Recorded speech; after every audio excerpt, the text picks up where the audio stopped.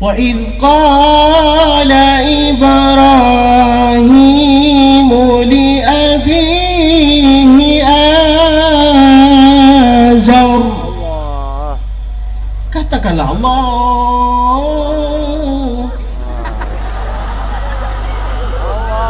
Diulangi lagi. Wa in qala Ibrahim li abihi azar.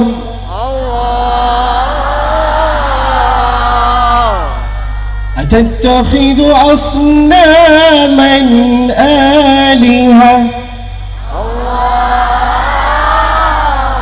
Inni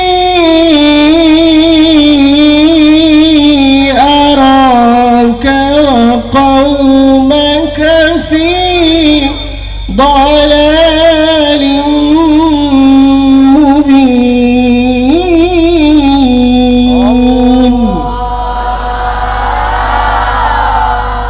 Ayahnya jahat tapi ibunya solehah, maka muncullah anak yang soleh. Siapa namanya? Nabi Ibrahim. Ayahnya bernama Azar. Kita ngambil contoh yang kedua. Kita dengarin bacaan ayat Al-Quran. Qala Nuhur Rabbi inna bini min ahli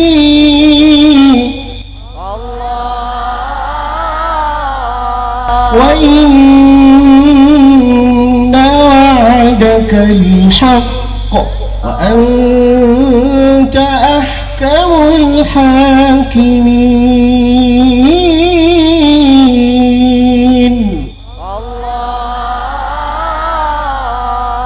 Ayahnya Nabi tapi ibunya tidak soleha, maka muncullah anak durhaka. Siapa nama anak itu? Yaitu adalah Kan'an. Siapa namanya? Lalu siapa nama ayahnya? Yaitu adalah Nabi Nuh.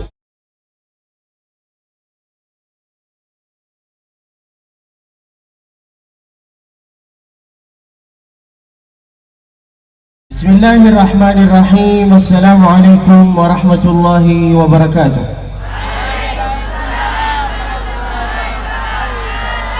Alhamdulillahilladzi bi ni'matihi tatimmus shalihat. Wassalatu wassalamu ala sayyidis sadat ahli al-fadail wal karamat. Kalam bermula dengan bismillah, dilanjutkan dengan alhamdulillah. Salawat dan salam kepada Rasulillah, maka nikmat Allah semua sempurnalah sudah. Hadratul mukarramin, hadratul muhtaramin, para yang dimuliakan oleh Allah Subhanahu wa taala. Ustaz Ihsan yang membawa saya ke sini, beliau lahir di Makkah, belajar di Makkah, lalu kemudian baliklah ke sini mendirikan pondok pesantren namanya Darul As'ad. Apa artinya Darul As'ad? Yaitu adalah disinilah tempat yang bisa kita itu berbahagia insyaAllah. Amin ya Rabbal Alamin. Lalu kemudian kepada Al-Ustaz Al-Mukarram Al-Muhtaram, Al-Ustaz Abdul Qadir yang ada di sini, yang duduk di samping saya. Lalu kemudian kepada Hajjah Hidayah. Lalu kemudian kepada Ustaz-Ustaz, kepada semua yang ada di sini, yang besar tak mau gelar, yang kecil tak disebut nama. Mudah-mudahan insya-Allah semua yang ada di sini diridai oleh Allah Subhanahu wa taala. Mudah-mudahan semua yang ada di sini insya-Allah bisa nyusul ke tanah suci Mekah bersama beserta keluarganya, umrah dengan haji. Amin ya Rabbal. Itulah yang saya dikasih tugas dari Ustaz Ihsan. Beliau mengundang saya dari jauh-jauh. Beliau mengundang saya di bulan Ramadan karena saya enggak bisa datang di bulan Ramadan. Lalu beliau itu agak marah, agak tegas, agak emosilah terhadap saya. Lalu beliau berkata, engkau ini harus datang nanti pas acara wisuda akbar. Maka hari ini hari wisuda akbar, banyak yang hafal Al-Quran, banyak yang insya Allah yang akan melanjutin ilmunya S1, S2 dan segalanya. Lalu kemudian datanglah saya ke sini. Sebelum saya langsung ceramah, maka saya itu harus memperkenalkan diri kepada jamaah yang ada di sini. Nama saya yaitu adalah Pasha. Siapa nama saya? Dengan satu suara lah. Nama saya yaitu adalah Pasha. Siapa nama saya? Pasha. Nama panjangnya yaitu adalah pasanganmu.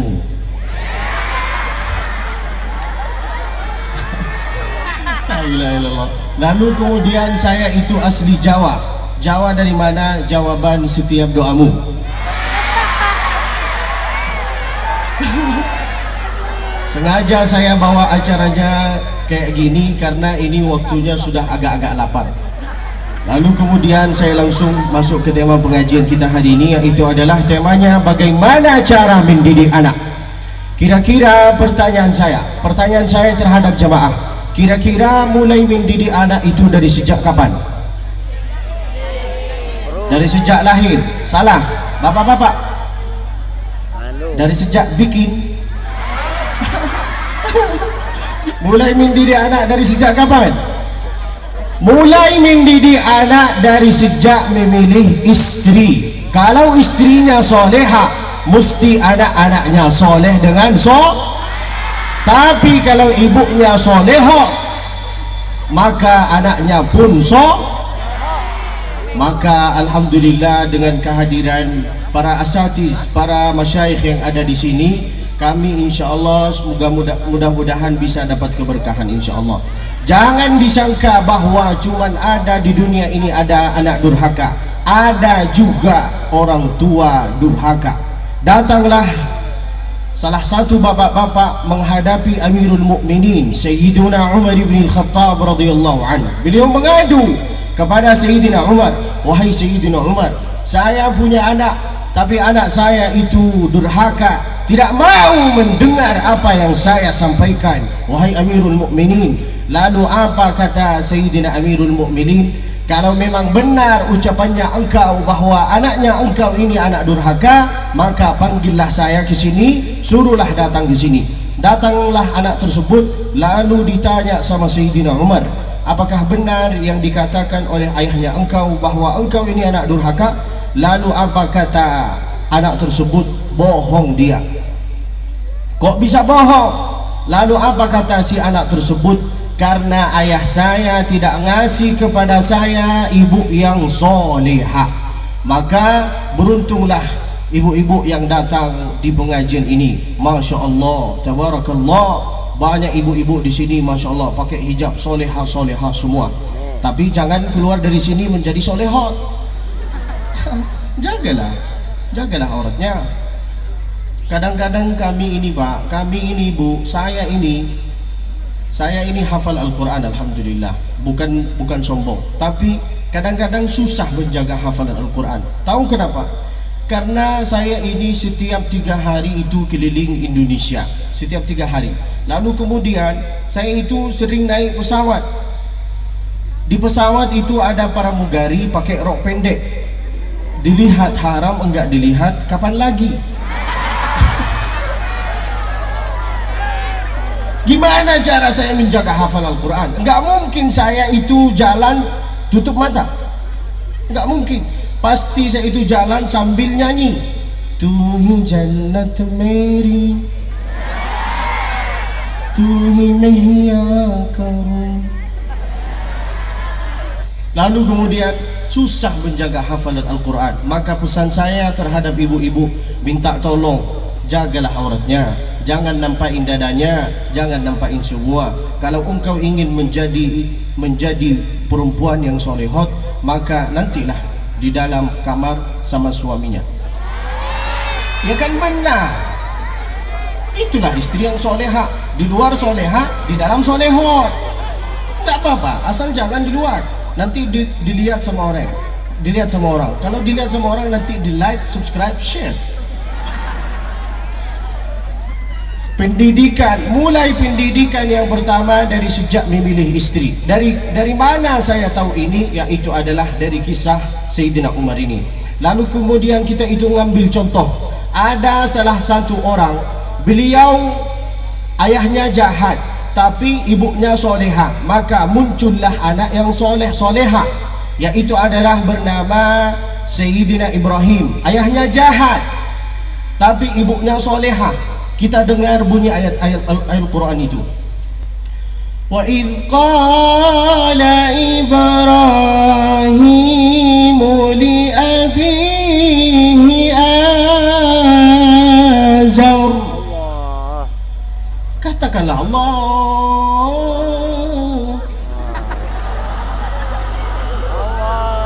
Kalau ada orang ngaji katakanlah Allah, agak naik sedikit, jangan ditengok kayak gini. Diulangi lagi. Wa in qala Ibrahim li abihi azar. Allah. Atattakhidhu asnaman aliha. Inni araka wa qaumaka fi dalalin mubin.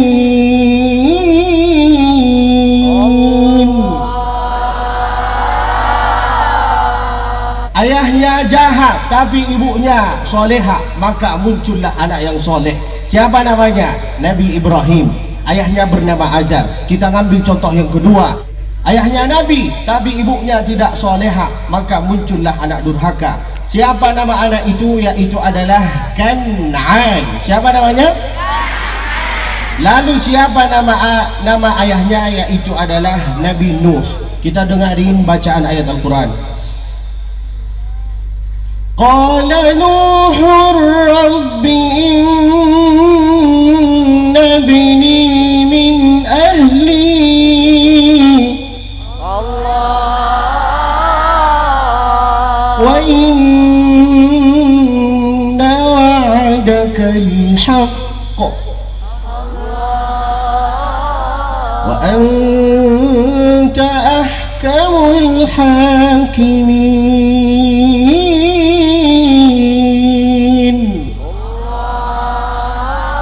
Kalau ibunya solehah, mesti anak-anaknya soleh dengan solehah. Tapi jangan karena pengajian ini lalu engkau ini balik ke rumah lalu berantem sama istrinya. Pantesan anak saya itu tidak solehah karena engkau ini jahat. Lalu apa kata istrinya terhadap suaminya? Memang benar saya itu tidak solehah karena engkau ini Fir'aun. Jangan berantem, nggak usah, lanjutin aja, jalanin aja. Lalu kemudian mulai mendidik anak dari sejak memilih istri. Yang kedua, wa ayyuhsina ismahu. Anak, bapak, ibu minta tolong. Kalau punya anak itu jangan dikasih nama sembarangan. Sekarang banyak orang yang suka ngasih nama sembarangan terhadap anaknya. Siapa nama anaknya? Novi, Lenovo, Enova. Itu nama mobil itu. Kasihlah nama yang baik. Kasihlah nama-nama yang baik. Di antara nama-nama yang baik yaitu adalah nama-nama Allah Subhanahu wa ta'ala. Berapa nama-nama Allah Subhanahu wa ta'ala? 99. Mari kita baca Al-Asmaul Husna dengan satu suara. Dengan satu suara. Ya Allah, Ya Man, Ya Rahim, Ya Malik, Ya Quddus, Ya Salam, Ya Mu'min, Ya Mu'ayyin. Masya Allah, tabarakallah. Stoplah. Indahnya kita zikir, indahnya zikir berjamaah itu tahu apa? Kalau kita tidak hafal, kelihatan hafal. Benar kan? Asal mulutnya bergerak. Seperti tadi, Masya Allah, pas mau buka acara sebelum Abdul Wasid Musfi naik, di sini ada abang-abang, lalu di sini ada ukhti-ukhti. Mereka, Masya Allah, suaranya indah, tapi pas kita dengar, kalau kita telusuri, ada yang tidak hafal. Cuman kayak gini nih. Yang penting bahagia. Lalu kemudian kasihlah nama yang baik. Di antara nama yang baik yaitu adalah nama-nama Allah Subhanahu wa ta'ala. Nama yang paling baik yaitu adalah nama yang disendirkan kepada nama-nama Allah Subhanahu wa taala. Pilihlah nama Abdul Qadir, Abdul Samad, Abdul Muqtadir, Abdul Ghafur, Abdul Syakur, tapi jangan lupa juga untuk memilih Abdul Basit. Jangan lupa subscribe, like, share, komen. Karena itulah nama saya. Lihatlah sejarah Nabi Muhammad sallallahu alaihi wasallam. Ketika Nabi Muhammad sallallahu alaihi wasallam lahir, datanglah kakeknya bernama Abdul Muttalib. Nama kakeknya Nabi itu siapa? Abdul Muttalib. Nama istri Nabi siapa? Hah? Khadijah. Nama pamannya Nabi itu siapa? Berapa anak-anak Nabi? 10. Jangan ngegas lah. Ketika Nabi Muhammad sallallahu alaihi wasallam lahir, datanglah kakeknya bernama Abdul Muttalib, bikin acara aqiqah. Aqama ma'tabatan wa ajma'a fiha kullul afrad. Bikin acara aqiqah, lalu beliau mengundang kawan-kawannya, tetangganya. Sinilah kemari, datanglah ke rumah, ada acara aqiqah. Lalu kemudian ketika mereka datang ke rumah, mereka itu makan. Ketika makan, di saat makan, ada salah satu orang Arab Badawi bertanya ke kakeknya Nabi bernama Abdul Muttalib. Beliau bertanya kayak gini, bima sammaitahu, anak ini dinamakan apa? Lalu apa kata Sayyidina Abdul Muttalib? Sammaituhu Muhammada, saya kasih kepada dia nama Muhammad. Marahlah seorang Badawi. Walima sammaitahu Muhammada, kenapa engkau ini ngasih nama Muhammad? Kenapa engkau ini tidak ngasih nama seperti nama-nama kakeknya? Kenapa mesti Muhammad? Lalu apa kata kakeknya Nabi? Sammaituhu Muhammada, saya kasih kepada dia nama Muhammad. Rajautu ayyuhmada fis sama'i wal ard, karena saya berharap dengan nama ini, anak ini bisa terpuji di langit dan di bumi. Dan buktinya sudah ada. Semua kita ini harus memuji Nabi Muhammad sallallahu alaihi wasallam. Sallallahu ala Muhammad sallallahu alaihi wasallam. Sallallahu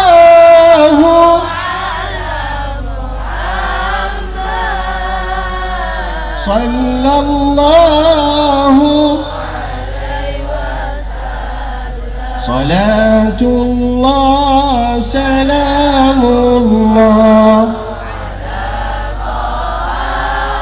Rasulillah. Salatullah salamullah.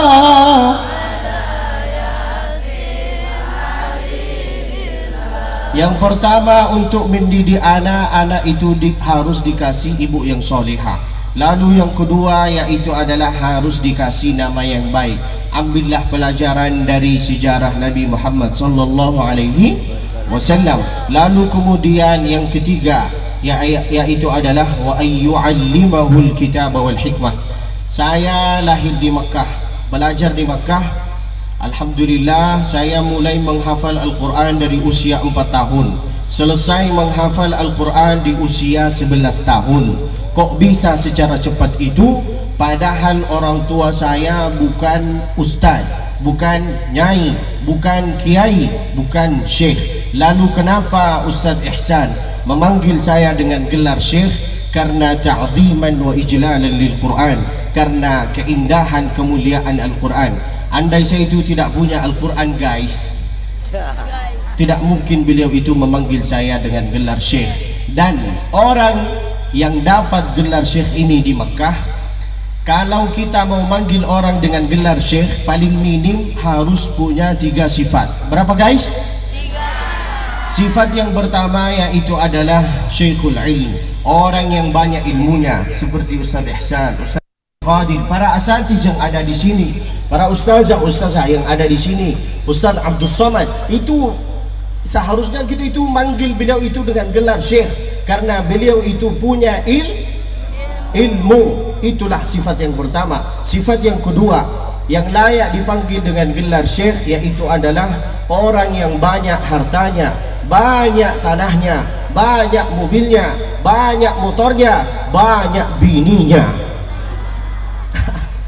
Baru dipanggil dengan gelar syekh. Sifat yang ketiga yang terakhir yaitu adalah syekh syaibubah, yang sudah tua, yang sudah sepuh seperti para asatiz yang ada di sini. Saya masih muda, masih cute, masih imut, masih ganteng, masih laku. Apakah saya termasuk di tiga sifat ini? Enggak, karena saya itu tidak punya ilmu, tidak punya bini di Jambi, lalu masih muda, masih cute, masih imut. Bagi yang ingin, bolehlah nanti setelah selesai pengajian ini. Apa maksudnya? Ya makan bersama, jangan salah faham. Lalu kemudian saya mulai menghafal Al-Quran dari usia 4 tahun. Selesai menghafal Al-Quran di usia 11. Kok bisa secara cepat itu? Orang tua saya itu seorang biasa, ibu. Tapi orang tua saya itu, yang namanya orang tua, yaitu adalah seolah-olah dia itu sekolah yang pertama di dunia ini. Al-ummu hiyal madrasatul ula. Ibu saya sambil masak dia itu baca Al-Quran. Bismillahirrahmanirrahim wadduha, sambil cicip, wallaili idza saja.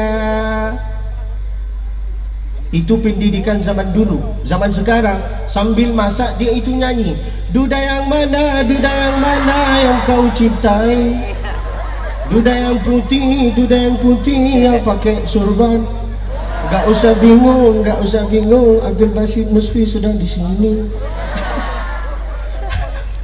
Itulah pendidikan zaman sekarang. Macam mana kita itu bisa jadi seorang soleh kalau engkau ini soleho, kalau engkau ini tidak pernah ngasih contoh yang terbaik terhadap kita. Anak itu tanpa disuruh, tanpa dipaksa akan bisa menghafal lagu tanpa disuruh. Semua anak-anak yang ada di sini saya bisa buktikan bahwa semua bisa hafal lagu TikTok tanpa disuruh, tanpa dipaksa. Sekarang saya buktikan, guys. Besti dengan satu suara. Terpesona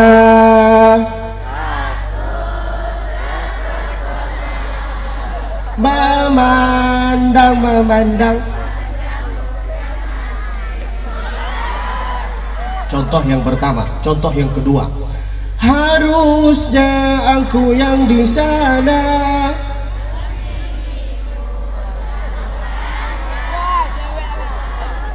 Jelas kan? Mereka bisa hafal lagu tanpa disuruh karena sering mendengar. Begitulah cara menghafal Al-Quran. Saya lahir di Makkah, belajar di Makkah. Alhamdulillah. Berapa tahun saya di Makkah? 25 tahun. Sekarang usia saya 26. Jangan disangka saya itu sudah om-om. Jangan disangka saya itu sugar daddy. Saya seger baby. Masih muda. Makanya pede untuk mempromosikan diri sendiri. Sampai mana ya ceritanya? Itulah ibu saya. Sambil dia masak begitu, sambil dia masak dia baca Al-Quran. Lalu kemudian ayah saya itu Pak bukan ustaz. Beliau Ustaz Ihsan ini teman ayah saya. Ayah saya itu tidak hafal Al-Quran, tapi beliau itu Masya Allah selalu ngasih contoh yang terbaik terhadap anaknya. Setelah selesai solat subuh beliau ngaji Al-Quran. Bismillahirrahmanirrahim. Ya ayyuhal muzammil qumil layla illa qalila nisfahu aw inqus minhu qalila. Itulah ayah saya. Lalu kemudian setelah sholat maghrib sampai isya, ayah saya itu selalu mengajak anaknya untuk ngaji bersama. Itulah yang namanya didikan. Jangan disangka pendidikan anak itu cuma hanya diantar ke pondok pesantren lalu tidak ditanya sama engkau. Ayah saya selalu bertanya kepada saya, sampai mana hafalannya engkau? Ilmu apa yang kau dapat hari ini? Apa yang kau sampaikan? kepada santri hari ini. Apa yang kau dapat hari ini di S1, di kuliahnya S1, engkau ini berkawan sama siapa? Siapa temannya engkau? Selalu beliau itu bertanya. Tapi zaman sekarang bersangka pendidikan anak itu cuman hanya diantar ke pondok pesantren, lalu pondok pesantren disangka pondok pesantren itu seperti cuci, seperti mesin cuci, diantar terima beres. Kalau dia jadi malaikat, alhamdulillah. Kalau dia jadi setan, inna. Bukan begitu tata cara mendidik anak. Engkau ini harus kasih contoh yang baik. Pesan saya kepada jamaah, khususan bapak-bapak, ibu-ibu, meskipun engkau ini bukan keturunan kiai, minta tolong kasihlah contoh yang terbaik. Bapak-bapak ahli hisab, minta tolong jangan merokok di depan anaknya. Berhentilah engkau. Kalau mau merokok, rokoklah di pinggir jalan. Kurang tenang di tengah jalan. Insya Allah saya yakin dan percaya, kalau engkau rokok di tengah jalan, rokoknya habis, engkau pun habis. Ini bapak-bapak pede sekali untuk rokok di depan anak. Mana contoh yang terbaik? Mana? Lalu pendidikan zaman sekarang itu suka nyuruh tapi nggak pernah ngasih contoh. Kajilah engkau, sholatlah. Benar kan? Suka nyuruh, tidak pernah ngasih contoh. Macam mana? Tidak bisa. Kasihlah contoh. Begitulah ayah saya, begitulah ibu saya. Alhamdulillah kami 10 bersaudara. Masya Allah, ayah saya itu ahli ibadah. 10 pak. Bukan seperti bapak 2. Alah, mas kau 2. 10. Sampai saya berkata kepada ayah saya, berhentilah ayah, berhentilah, nanti saya lanjut. 10, Masya Allah, semua hafal. Saya cerita ini supaya bapak itu sadar diri sedikit, supaya bapak itu bisa berpikir bahwa saya ini harus mempunyai anak-anak yang bisa hafal Al-Quran. Saya bukan dari pondok, saya enggak di Makkah itu tidak ada pondok pesantren, tapi pendidikan Makkah itu pak ada pukulan. Bapak-bapak, ibu-ibu yang merasa bahwa dia itu punya jabatan, lalu anaknya dipukul sama gurunya, lalu lapor ke polisi. Wallahi billahi tallahi, ilmu yang dia dapat tidak ada keberkahan sama sekali. Buanglah perasaan itu. Engkau siapa ini? Masa gurunya dimusuhin? Tanyalah kepada asatidz yang dulu-dulu, tanyalah ke Ustaz Ihsan. Di Makkah sampai sekarang itu ada pukulan. Saya guru ngaji di Makkah, kalau ada anak santri yang tidak hafal, saya pukul dia. Dan orang tuanya dia itu nggak lapor-lapor. Justru orang tuanya berkata kayak gini, khudh waladi laham warajju idham. Apa artinya? Ambillah anak saya ini seolah-olah dia itu seperti daging, balikkanlah anak saya ini kepada saya seolah-olah dia itu tulang. Apa artinya? Pukullah dia. Itulah pendidikan zaman dulu. Tapi minta tolong, kalau pendidikan zaman sekarang nggak usah dipukul. Kita ini sebagai upin-ipin ini akan meniru kelakuan orang tua tanpa disuruh, tanpa dipaksa. Minta tolong, kasihlah contoh yang terbaik. Baliklah dari pengajian ini, ngajilah di depan anaknya setelah sholat subuh. Nggak bisa setelah sholat subuh, setelah maghrib ke isya, ngajilah, buka ayat Al-Quran, matikanlah wifi-nya, kuncilah pintu kamar, kuncilah pintu rumah, ajaklah ngaji. Bismillahirrahmanirrahim. Amma yatasaalun. Lanjut nak. Anin nabail azim. Lanjut nak. Alladzi hum fihi mukhtalifun. Di sini hafal Al-Quran. Kok bisa mereka itu hafal? Karena sering mendengar. Benar apa enggak guys? Maka minta tolonglah, kasihlah contoh yang terbaik. Cukuplah engkau ini menjadi ibu-ibu solehot. Cukuplah, enggak usah main TikTok. Ini sudah tua, usianya 50-an, masih main TikTok, lalu nyanyi-nyanyi kayak gini. pede sekali. La ilaha illallah Muhammadur Rasulullah wa ayyu'allimahul kitaba wal hikmah. Jangan disangka belajar yaitu istilah belajar cuman hanya di pondok pesantren atau di sekolah atau di kuliah. Enggak. Saya bisa belajar bahasa Indonesia dalam 8 bulan ini. Sebelumnya saya itu kaku sekali. Kalau saya ceramah dulu, baru assalamualaikum, jamaah itu sudah tertawa. Entah mereka itu ketawa karena faham, entah mereka itu ketawain saya. Tapi kok bisa saya cepat belajar bahasa Indonesia?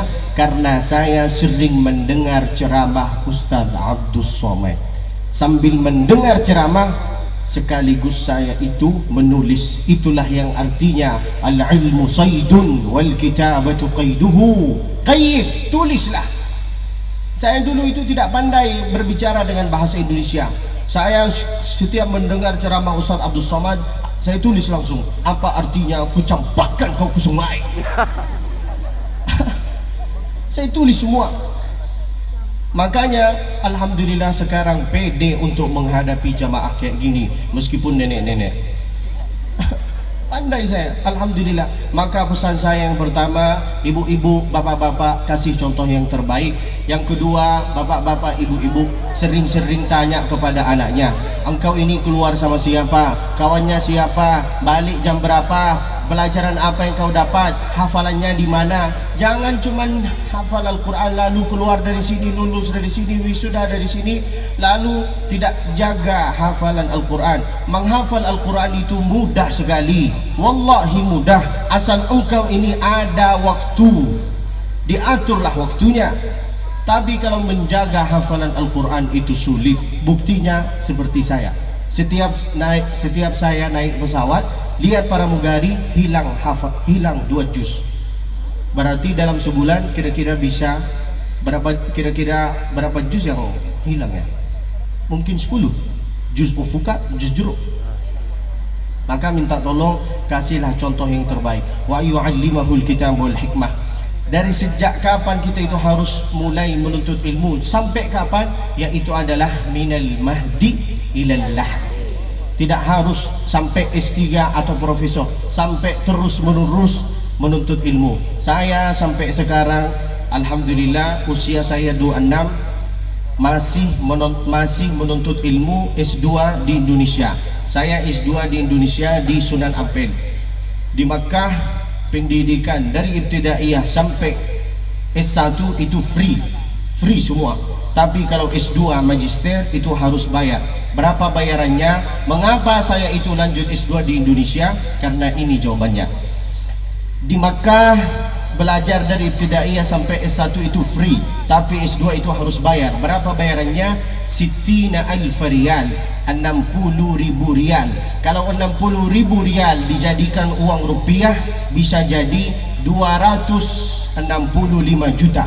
Lalu saya berpikir, kira-kira dengan uang 265 juta, kira-kira saya bisa nikah berapa kali ya?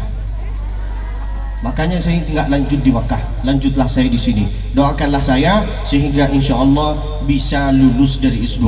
Amin ya rabbal alamin. Lalu kemudian kalau sudah wisuda, kalau sudah menuntut ilmu, di antara untuk tata cara adab untuk menuntut ilmu itu ada adabnya. Kalau ada guru mau duduk di depan guru, kalau ada guru mau duduk di depan guru itu jangan duduk kakinya itu sembarangan. Nah, ya, gitu. Jangan. Itu bukan tata cara adab menduduk. Lihatlah Sayyidina Jibril. Suatu ketika Nabi Muhammad SAW lagi ceramah, lagi menyampaikan ceramah di depan sahabat-sahabat Nabi. Lalu kemudian datanglah Sayyidina Jibril dalam keadaan manusia, pakai face Duhyatul Kalbi. Lalu kemudian ketika datang Sayyidina Jibril, lihatlah tata cara Sayyidina Jibril duduk di depannya Nabi. Beliau duduk di depannya Nabi kayak gini. Nah, kayak gini beliau duduk. Wa asnada rukbatayhi ala rukbatayhi. Dua ini begitulah tata cara Sayyidina Jibril duduk kalau menuntut ilmu. Tapi kita, kenapa ini? Tapi kita kalau duduk di depan guru kayak gini, ya Ustaz, gimana Ustaz? Oh ya Ustaz, itu kurang ajar. Maka minta tolong harus ada tata cara, harus tahu tata cara untuk duduk untuk menuntut ilmu. Lalu kemudian wa yu'allimahul kitaba wal hikmah, kalau bisa hafallah Al-Quran. Kalau bisa, itulah pesan saya. Karena kata Nabi SAW, kun aliman, kalau bisa hafallah Al-Quran. Tidak bisa hafal Al-Quran, au muta'alliman, belajar membaca ayat Al-Quran. Meskipun bacaannya engkau ini kadang-kadang bata-bata, kayak gini bacaannya, Bismillahirrahmanirrahim, alam nashrah laka sadrak. Meskipun bacaannya engkau kayak gini, jangan putus asa, jangan berkecil hati. Engkau ini pahalanya 2 dibanding orang yang sudah hafal, yang sudah lancar. Tidak bisa hafal membaca, tidak bisa membaca mendengar, au mustami'an, tidak bisa mendengar, au muhibban, dekatilah diri sendiri sama ahli Al-Quran. Enggak bisa 4 ini, matilah engkau. Itulah kata Nabi SAW. Di situ poin yang ketiga saya akan tegaskan bahwa untuk menuntut ilmu ini harus lapang dada, harus sering-sering membaca salawat Al-Fatih ini. Allahumma salli ala Sayyidina Muhammadin al-Fatih lima ughliq wal khatim lima sabaq nasiril haqqi bil haqq والهادي إلى صراطك المستقيم وعلى آله حق قدره ومقداره العظيم. Hafalannya sulit, engkau banyak ujian di dunia ini, hafalannya tidak bisa masuk ke dalam otak, tidak bisa masuk ke dalam akal, susah, sudah berkali-kali engkau mengulangi tapi susah ditangkap ilmunya, susah ditangkap hafalannya. Maka bacalah salawat Al-Fatih ini. Apa artinya Allahumma salli ala Sayyidina Muhammadin al-Fatih? Apa yang tertutup dibukakan, apa yang sulit dimudahkan, dilancarkan oleh Allah Subhanahu wa ta'ala. Maka pesan saya terhadap ustaz-ustaz yang ada di sini, kalau bisa sebelum mengajar, mulailah bermula acaranya engkau ini dengan salawat ini. Allahumma salli ala Sayyidina Muhammadin al-Fatih lima ughliq, terus والخاتم لما سبق ناصر الحق بالحق والهادي إلى صراطك المستقيم وعلى آله حق قدره ومقداره العظيم. Lalu kemudian ketika saya menghafal Al-Quran di usia 4 tahun, saya pergi ke Masjidil Haram jalan kaki, tidak diantar sama orang tua. Apakah orang tua saya itu tidak punya mobil, tidak punya motor? Enggak, punya beliau, Masya Allah, Tabarakallah. Tapi kenapa beliau itu nyuruh anaknya jalan kaki? Supaya nanti pas dia dewasa bisa belajar mandiri, supaya tidak sedikit-sedikit minta dari orang tua. Minta ma. Disuruh jalan kaki dari rumah ke Masjidil Haram setengah jam. Jalan kita jam 2 siang, Pak. Mulai menghafal Al-Quran dari jam 4 asar sampai Isya. Nyampe ke Masjidil Haram, kalau tidak hafal, ditanya sama guru saya namanya Al-Ustaz Abdul Hadi Abdullah Dermu. Beliau asli Madura, paman saya. Beliau bertanya, Abdul Basit, al-yawm hafid, hari ini hafal enggak? Enggak Ustaz. Mana hafid? Dipukullah saya. Kalau tidak hafal murajaah, dipukul 5. Kalau tidak hafal dars, dipukul 3. Lalu dia ngasih bonus 2. Totalnya 10. Dipukul di mana? Dipukul, maaf cakap. Mana ini? Minta tolong Bang. Mana ini? Mikrofon.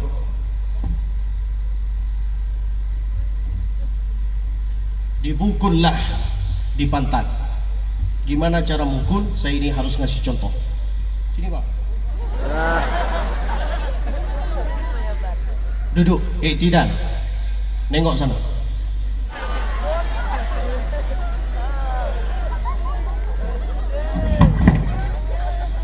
Kalau tidak hafal di Mekah, Pak, ditanya kayak gitu. Abdul Basit hari ini hafal enggak? Oi, hafal enggak hari ini? Tidak hafal.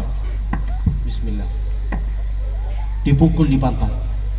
Kalau tidak hafal murajaah 5. Kalau tidak hafal dars 3. Bonus 2, total 10. Saya pernah dipukul kayak gini Pak, wallahi billahi tallahi, di depan banyak jamaah umroh, jamaah haji. Lalu kemudian setelah saya dipukul, saya bingung gimana cara saya duduk, karena saya dipukul di pantat. Tahu cara duduk saya gimana? Kayak gini.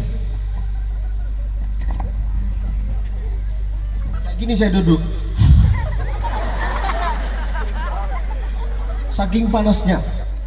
Begitulah cara mendidik anak di Mekah. Sampai sekarang itu ada pukulan. Lalu pukulan itu Pak, pukulan itu Ibu, ada 3. Pukulan itu terbagi 3. Darbu ta'dib, pukulan dari orang tua. Tidak ada orang tua memukul anak lalu ada perasaan kebencian. Ada anak kecil minta pisau dari orang tua. Mak, pisau mak. Mak, pisau mak. Mak, pisau mak. Menurut anak kecil pisau itu baik bagi dia, tapi menurut ibu pisau itu bahaya bagi dia. Ketika dia maksa, lalu gimana respon ayah, gimana respon ibunya? Kayak gini, kau ini cempakkan kau di sungai. Apakah pukulan itu pukulan kebencian? Enggak. Itulah yang namanya darbu ta'dib, pukulan dari orang tua yang isinya kebaikan, tidak ada perasaan kebencian. Lalu kemudian darbu ta'dib dari siapa? Dari guru. Anak santri tidak akan mungkin dipukul sama gurunya kalau dia tidak bandel. Karena dia bandel, karena dia tidak hafal, maka dipukul. Dan tidak ada guru yang memukul santrinya ada perasaan kebencian. Orang-orang yang suka lapor, memusuhi gurunya, tidak akan ada keberkahan nanti di dalam ilmu yang dia dapat. Maka minta tolonglah, buanglah perasaan itu.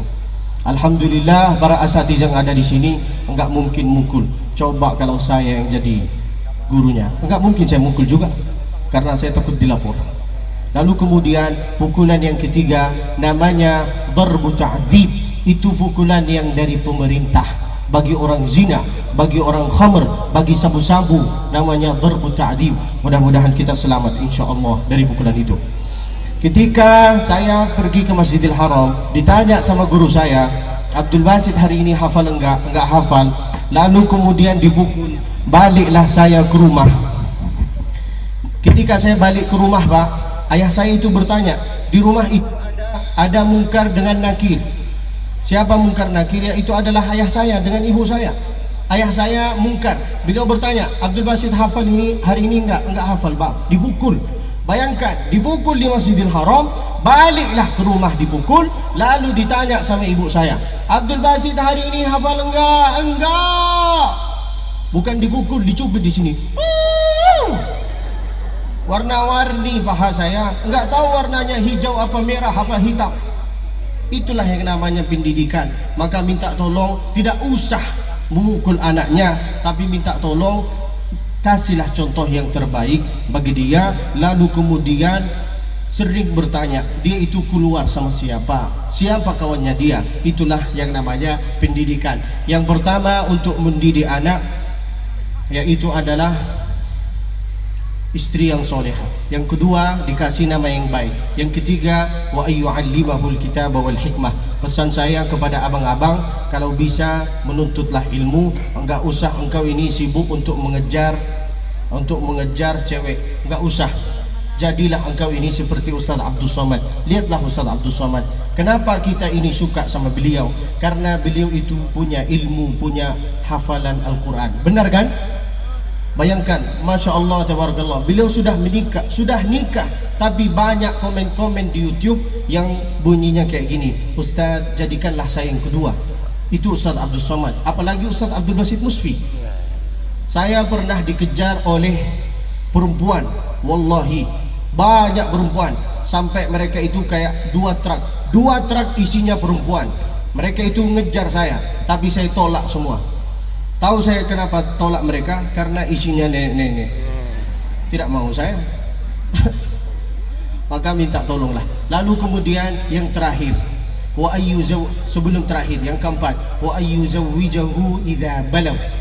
Meskipun kalau dia sudah lulus S1 S2 lalu dia pengen menikah, minta tolong Pak, kasihlah kepada dia pasangan yang bagus, pasangan yang baik bagi dia, yang cantik, yang beragama, yang berakhlak. Jangan menengok ekonomi, jangan menengok itu terus. Tengoklah agamanya, tengoklah akhlaknya, supaya bisa dia menjadi sebagai imam. Enggak harus menengok saya ini bukan imam, saya khotib. Kasihlah dia pilihan yang terbaik untuk anaknya. Kalau engkau punya anak perempuan, datanglah laki-laki, datanglah abang-abang mau minang anaknya engkau, suruhlah dia datang pas waktu maghrib. Sebelum maghrib suruh datang. Bilanglah kepada dia, nanti datang sebelum maghrib ya. Kita insya Allah akan ada acara makan bersama. Ketika dia datang, lalu berkumandang adzan maghrib, suruhlah dia adzan. Karena banyak laki-laki yang tidak tahu adzan. Benar kan? Ketika disuruh adzan, dia langsung takbir. Allahu Akbar, Allahu Akbar, Allahu Akbar. La ilaha illallah. Itu bukan adzan, itu takbir. Maka harus dites sama bapak. Lihatlah agamanya.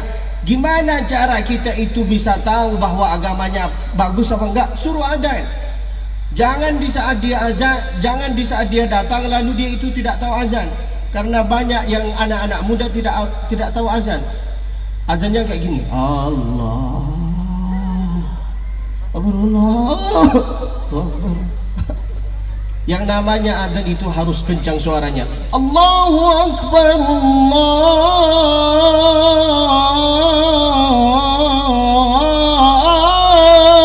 Akbar. Itulah yang namanya adzan.